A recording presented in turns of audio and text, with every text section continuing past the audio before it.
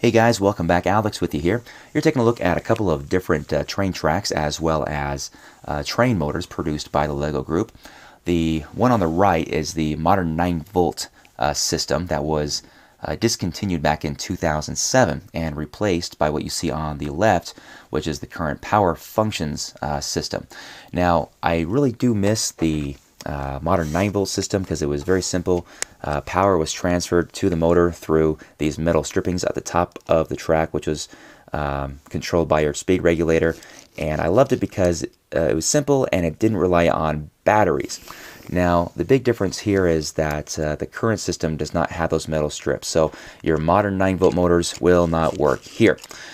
So what we have now is this power functions train motor, which connects to a battery pack and runs along the track just fine without the metal strips. In fact, it'll run along both tracks just fine, but your modern 9-volt will not.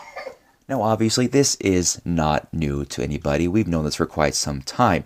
Now, what's happened because LEGO no longer needs to have these metal strips in their train track is they've got a little creative with what they produce on their train tracks. So we still have the basic straight track, and we also have the turn, but they've also now come out with the LEGO Flex Track. Here's a look at one of the Flex Track elements. As you can see, it allows you to have the track go straight, or you can curve it either direction.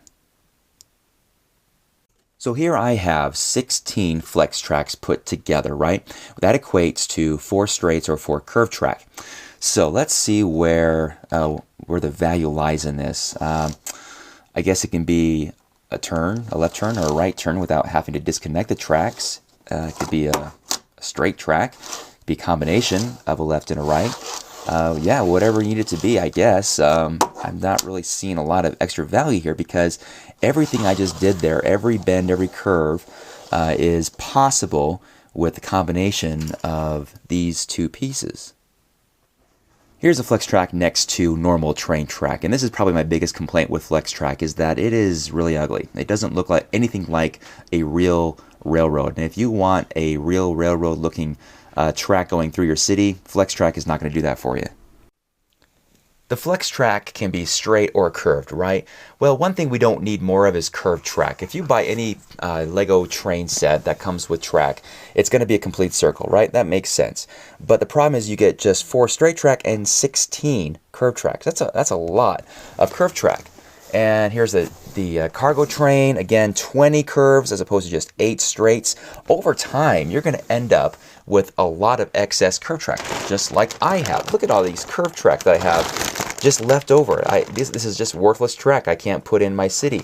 And I use a lot of curve track, yet look at this abundance of curves that I get. So LEGO, we don't need more curve track. We need just straight track. Please make that available. Don't make a combination of the two, just straight track, please.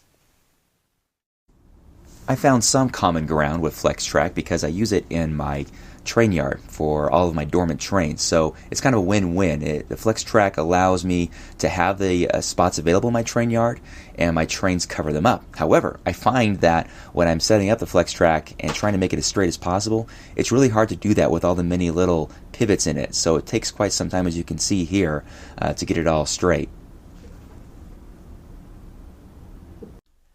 Here's a look at the track side by side in the train yard, and you can see a big difference when it's laid out like this. Even my minifigures agree that the track on the right just looks so much better.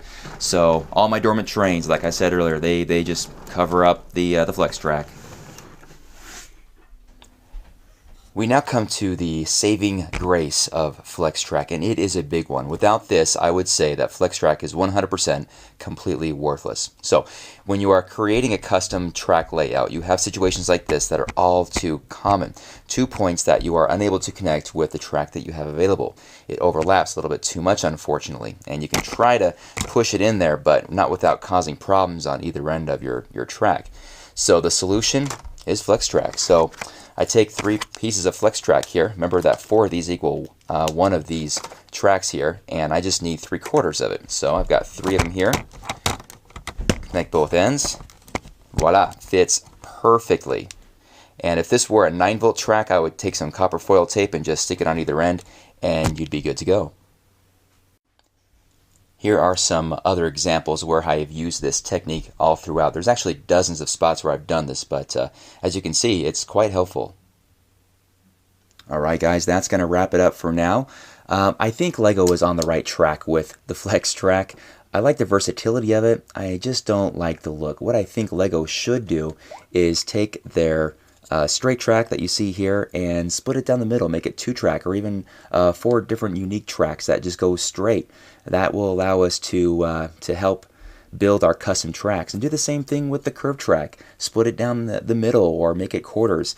That's what we like. What we don't like is being forced to buy several of these flex tracks when all we really want is straight track. Am I right? I don't know. Maybe I'm just going off on a rant here, but that's just how I feel. Let me know what you guys think about all this. I'd be interested to know, and I will see you guys in the next video. Talk to you later. Bye-bye.